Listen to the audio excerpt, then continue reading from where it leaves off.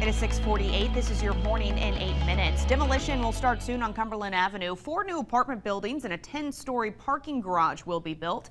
This means some longtime businesses are being forced to relocate or close. The first to go are the buildings housing Stefano's Pizza and the original Ruby Tuesdays restaurant.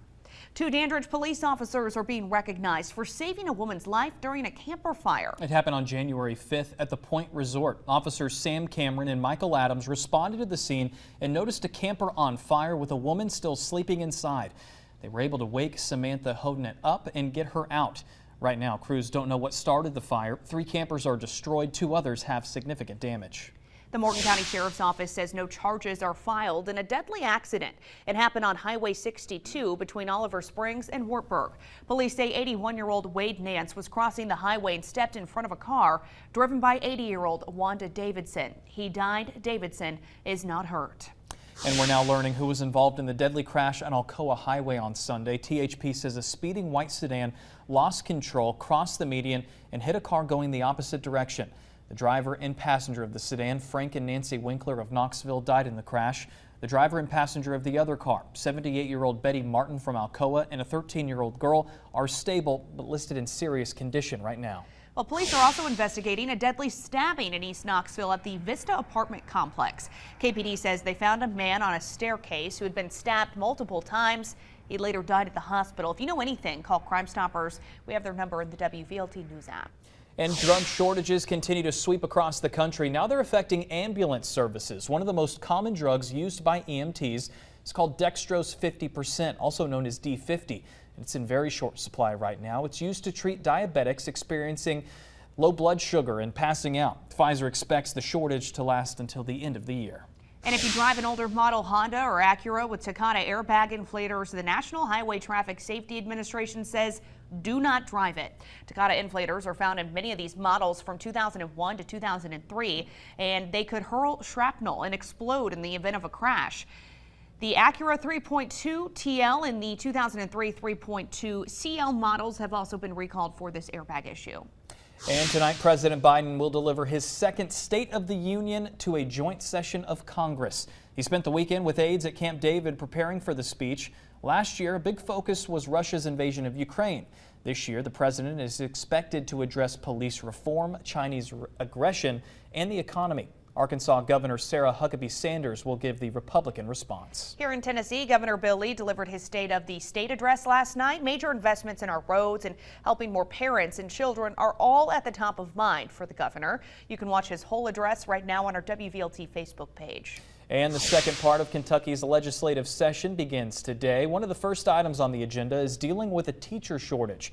Juvenile justice is also expected to be discussed with problems at several detention centers. They have until the end of March. The White House says it is analyzing the Chinese spy balloon to determine what intelligence it might be able to collect that a satellite cannot. An F-22 fighter jet shot down the balloon over the Atlantic Ocean on Saturday. President Biden is defending not taking action sooner, saying his military advisors told him not to risk any harm to those on the ground. And the death toll continues to climb in Turkey and northern Syria following the magnitude 7.8 earthquake that hit the 2 countries on Monday. Rescue crews are still digging through the rubble looking for survivors. The U.S. is sending 2 search and rescue teams to help. The devastation spans hundreds of miles in all directions from the quake's epicenter. The FAA is proposing a more than $1 million fine on United Airlines over pre-flight safety checks. The federal authority alleges the airline did not complete required fire system checks on its Boeing 777S. United argues the safety of their flights was never in question. And starting today, Southwest Airlines is reportedly reducing the minimum requirements for hiring pilots. Southwest requires applicants for its pilot positions to spend at least 1,000 hours flying jets. But the Wall Street Journal now says Southwest will be considering candidates with fewer hours. The airline says the change is still in line with FAA requirements. Well, someone in Washington State overcame steep odds last night to win an estimated $747 million Powerball jackpot. The jackpot for the next drawing on Thursday already dropped to $20 million. The $747 million jackpot Monday is for a winner opting to be paid over 29 years. Most winners prefer cash, so for Monday night's drawing, that would have been $403.1 million. AMC movie theaters will soon start charging you more for the best seat in the house. A new 3-tiered ticket system starts this Friday at AMC theaters in New York, Chicago, and Kansas. Front row seats will be among the lowest priced, with those in the middle costing more. WVLT is proud to be your official station of the Vols. A tough loss for the Lady Vols last night against Mississippi State.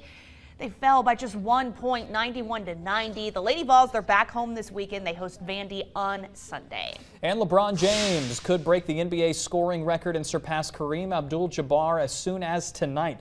LeBron and the Lakers play the Oklahoma City Thunder at home. Fans will have to pay a premium to get a front row seat to see King James and his run at history.